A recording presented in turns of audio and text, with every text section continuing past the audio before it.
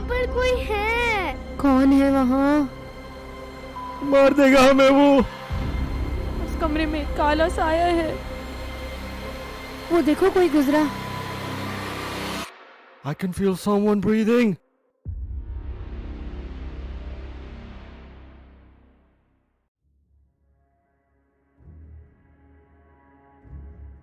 अस्सलाम वालेकुम and welcome to the channel the dark shadows by RHL। उम्मीद करता हूँ कि आप सब खैरियत से होंगे। मैं भी खैरियत से हूँ और आप लोगों के लिए एक और नई स्टोरी लेकर आया हूँ। ये स्टोरी हमें शकील ने भेजी है, जिसके साथ ये खौफनाक वाक़या एक साइट पे हुआ था जहाँ वो टावर्स पे काम करता था। ये कहानी एक जंगल में एक शाम की ड्राइव की है और बहुत डरावनी है, तो इसे आखिर तक सुनना ताकि कहानी का मज़ा आए। पर पहले यार सब्सक्राइब कर दो। वीडियो देखते हो पर सब्सक्राइब नहीं करते। लाइक और सब्सक्राइब ही तो हमारी मोटिवेशन होती है और अच्छा लगता है और एफर्ट डालने का दिल चाहता है। और अगर कोई सजेशन है तो कमेंट्स में बताओ ना, उससे मुझे इम्प्रूव करने का मौका मिलेगा। चलो बातें बहुत हो गई, अब बगैर वक्त ज़ाय किए स्टोरी शुरू करते हैं।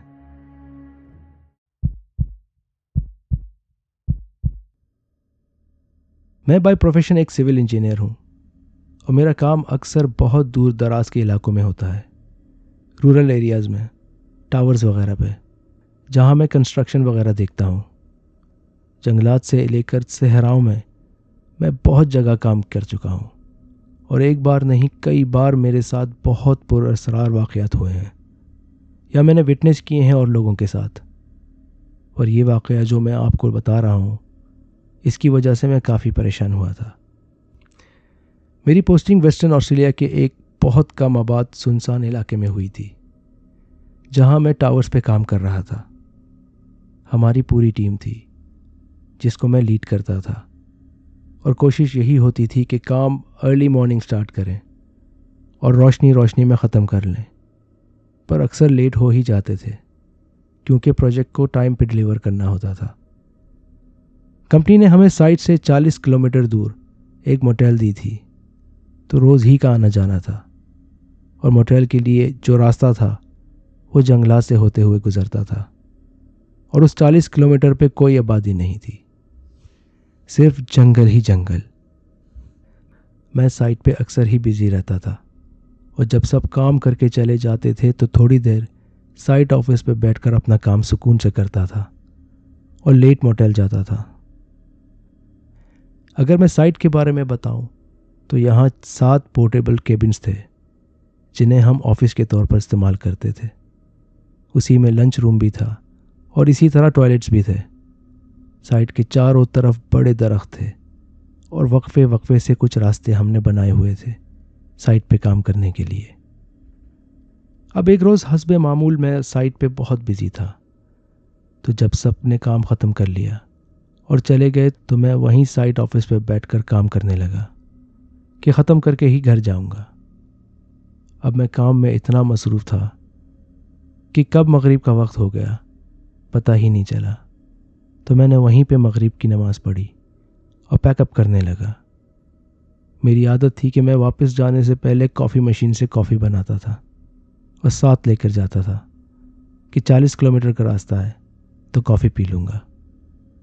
अब एज़ यूजुअल मैंने कॉफ़ी मशीन यूज़ की और कॉफ़ी बनाने लगा कि मुझे केबिन के बाहर से किसी के कदमों की आवाज़ आने लगी।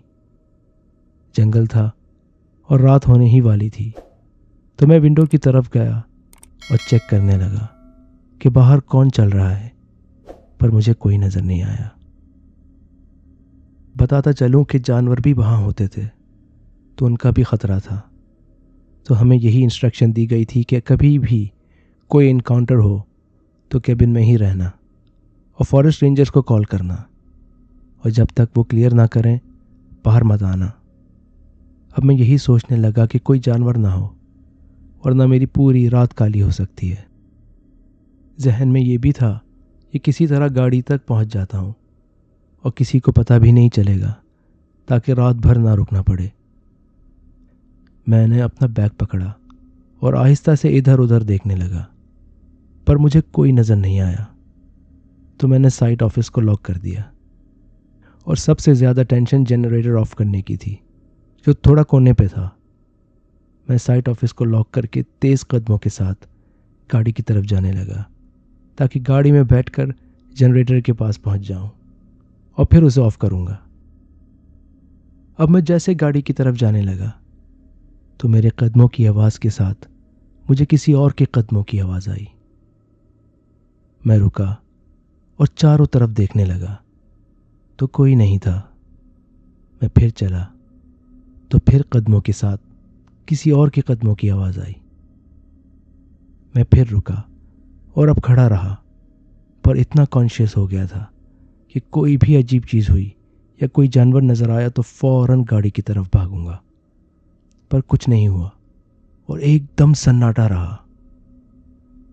मैंने ये सोचा ही था कि मेरा वहम है कि मेरे चलने से पहले ही मुझे कदमों की आवाज़ आने लगी, पर इस बार तेज़ तेज़, जैसे कोई तेज़ चल रहा हो। मैं भागा और गाड़ी में जाके बैठ गया और गाड़ी स्टार्ट करके जनरेटर के पास पहुंचा।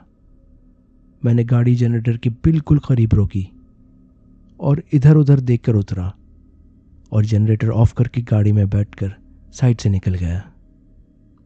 मेरी सांस थोड़ी फूल गई थी, पर अब मैं सेफ फील कर रहा था। रास्ता ऐसा था कि वन वे रोड था, जो घने दरख्तों से ढका हुआ था। तो मगरिब का वक्त भी बहुत सन्नाटा था, बहुत अंधेरा था। ये रास्ता 17 किलोमीटर तक था और उसके बाद मुझे मेन हाईवे पे टर्न होना था। तो अब मैं उस सुनसान घने जंगल में ड्राइव करता जा रहा था और साथ अपनी कॉफ़ी पी रहा था। मेरे वहमो गुमान में भी नहीं था कि मुझे सामने रोड पे एक औरत नज़र आई, जो हाथ आगे किए वेव कर रही थी, जैसे लिफ्ट मांग रही हो। वो बीच रोड पे तो नहीं थी, पर आधे रोड पे थी। तो मैंने गाड़ी थोड़ी स्लो की और उसको देखते हुए साइड से निकलने लगा, क्योंकि इस वक्त मैं किसी को कंपनी की गाड़ी में लिफ्ट नहीं देने वाला था। उसने ये जांच लिया कि मैं नहीं रुकूंगा, तो मेरी गाड़ी की तरफ बढ़ने लगी और मुझे उसकी आवाज़ आई कि हे ब्रदर, हे ब्रदर, और मैं उसे देखते हुए साइड से गाड़ी निकाल कर ले गया। अजीब बात यह थी कि पूरे एरिया में कोई आबादी नहीं थी, तो वो अकेले इस जंगल में क्या कर रही थी। देखने में तो बिल्कुल नॉर्मल सी औरत थी और लोकल ऑस्ट्रेलियन एबोरिजिनल थी। मैं गाड़ी उस रूट पे चलाता गया और उस जंगल में आगे बढ़ता गया कि मुझे आगे एक कैंगरू नज़र आया जो मरा हुआ था। मैंने फिर से गाड़ी स्लो की और उसके साइड से गाड़ी निकालने लगा कि अचानक मुझे झाड़ियों से कोई निकलता हुआ दिखा और बेसाख्ता मैंने एक्सेलरेटर को दबा दिया और वहाँ से निकल गया। पर इस बार मुझे लगा कि मेरी गाड़ी के पीछे कोई भाग रहा है। मैं रेयर व्यू मिरर पे देखने की कोशिश करता हूँ, पर मुझे अंधेरे की वजह से कुछ साफ नज़र नहीं आता। पर मैं अब गाड़ी तेज़ चलाता हूँ कि बस यहाँ से निकल जाऊँ। लेकिन थोड़ी ही देर में मुझे अपने लेफ्ट पे अपनी गाड़ी के साथ कोई भागता हुआ नज़र आता है। तो मैं गौर से देखता हूँ कि क्या कोई जानवर तो नहीं, और मैं अभी अपनी विंडो नीचे करने का सोच ही रहा था। पर अल्लाह का शुक्र है कि मैंने विंडो नीचे नहीं की, क्योंकि मुझे एक औरत भागती हुई नज़र आती है जो मेरी गाड़ी की स्पीड को मैच कर रही होती है। अब मैं बहुत खौफज़दा हो जाता हूँ और उस तरफ देखता भी नहीं। मुझे उसकी शक्ल नज़र नहीं आती, तो मैं आपको ये नहीं बता सकता कि वो कैसी दिखती थी, पर खौफ के लिए यही काफ़ी था कि कोई मेरी गाड़ी के साथ साथ भाग रहा था। मेरी स्पीड 110-120 किलोमीटर के करीब होगी। 6-7 किलोमीटर वो मेरा पीछा करती रही और फिर जब मुझे आगे हाईवे नज़र आया तो जैसे इस अंधेरे में मुझे रोशनी नज़र आई हो और मैं बस तेज़ी से वहाँ पहुँचना चाहता था। फिर 1-1.5 किलोमीटर ही रह गया होगा हाईवे आने में कि मुझे ये पुरस्कार फीलिंग ख़त्म हो गई और फिर ऐसा कुछ महसूस नहीं हुआ कि कोई साथ भाग रहा हो। और फिर मैं मेन हाईवे पे आ गया और वहाँ पे तेज़ी से गाड़ी चलाने लगा। दिल की धड़कनें बहुत तेज़ थीं, खौफ बहुत ज़्यादा था, बेयकीनी इंतहा को थी। मैं मोटेल पहुंचा। ना कुछ खाया और ना कुछ पिया, और बस पानी पीकर बेड पे जाके लेट गया और सो गया। मैं इतना डर गया था कि मैंने लाइट्स भी ऑफ नहीं की। रात में बार बार मेरी आंख खुलती रही खौफ के मारे, और हर बार ऐसा महसूस हुआ कि वो औरत मेरे रूम में भी आ गई हो। पर रात में कुछ नहीं हुआ, पर एक पुरअसरारियत सी महसूस रही। मैं सुबह बहुत तेज बुखार में उठा, इतना तेज कि मुझसे हिला भी नहीं जा रहा था। मेरा जिस्म ऐसा था कि मेरी हड्डियों को किसी ने जोर से दबा दिया हो। मैं साइड पे भी नहीं गया, और जैसे जैसे रात होती गई मेरे खौफ में इजाफा होता गया और मेरी तबीयत बहुत बिगड़ने लगी।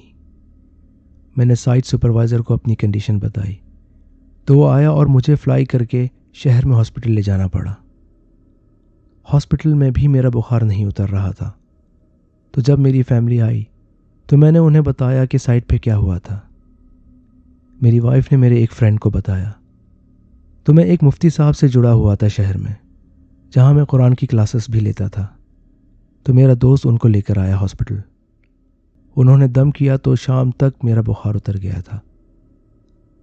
मैंने जॉब से 1 महीने की छुट्टी ले ली और वो प्रोजेक्ट भी मेरे हाथ से निकल गया, और कुछ अरसे बाद मुझे रिज़ाइन करना पड़ा। पर मैं उस जगह दोबारा जाता भी नहीं, क्योंकि जो मैंने देखा था उसने मेरे अंदर ऐसा डर बिठा दिया है जिसे मैं आज भी नहीं निकाल सका। तो ये थी आज की कहानी। कहानी पसंद आई हो तो इसे लाइक और शेयर कर दो। अपने दोस्तों को भी मेरे चैनल के बारे में बताओ और इसे खुद भी सब्सक्राइब कर दो। अगर आपके पास भी कोई ऐसा खौफनाक वाक़या है तो मुझे इस ईमेल पे भेज दो, मैं उसे अपने चैनल पे शेयर कर दूंगा। अब हाजिर होता हूँ अगली हॉरर स्टोरी में। फिर मिलते हैं।